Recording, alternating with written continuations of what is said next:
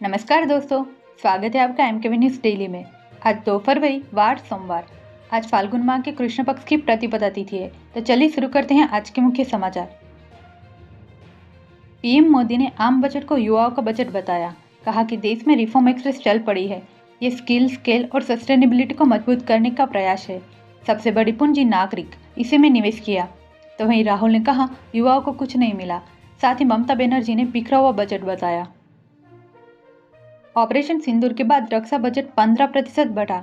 Income tax में बदलाव नहीं। 17 cancer medicine duty free. 3 Ayurvedic AIIMS और 7 हाई स्पीड रेल कॉरिडोर बनेंगे। ऑपरेशन सिंदूर का असर, सेना को 1 लाख करोड़ ज्यादा, 10 साल में सबसे बड़ा इजाफा। लड़ाकू विमान और इंजनों के लिए 64,000 करोड़। अब से सिगरेट के दाम 40% तक बढ़े। फास्टैग में KYB वेरिफिकेशन की जरूरत नहीं। कॉमर्शियल सिलेंडर की कीमत 50 रुपये बढ़ी। वित्त मंत्री ने कहा STT बढ़ाने से सट्टेबाजी रुकेगी। छोटे निवेशकों को नुकसान से बचाना मकसद। AI कभी इंसान की जगह नहीं ले सकता। बजट 2026 में रील बनाना सिखाएंगे 15,000 स्कूल, 500 कॉलेज। बिजनेस वुमन के लिए सी मार्ट, डेयरी पशुपालन के लिए नई स्कीम। पीएम मोदी ने संत निरंजन दास के पैर छुए।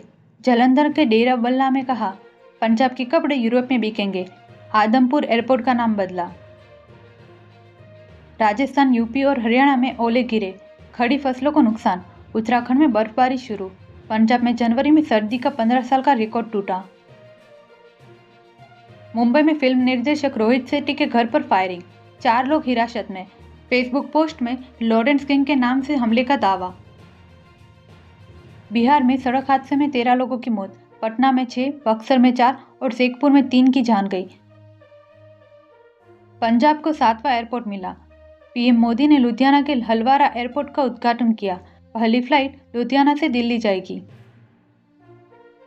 पीएम के आने से पहले नवजोत सिद्धू ने कांग्रेस छोड़ी और कहा काबिल नेताओं की कद्र नहीं। सांसद रंधावा बोले अच्छा हुआ छुटकारा मिला।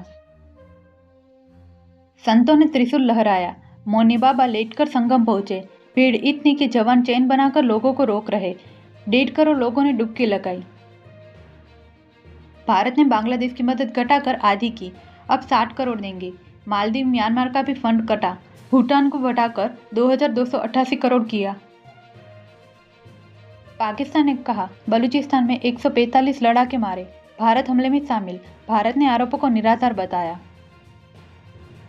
ट्रंप ने कहा भारत ईरान की जगह वेनेजुएला से तेल खरीदेगा।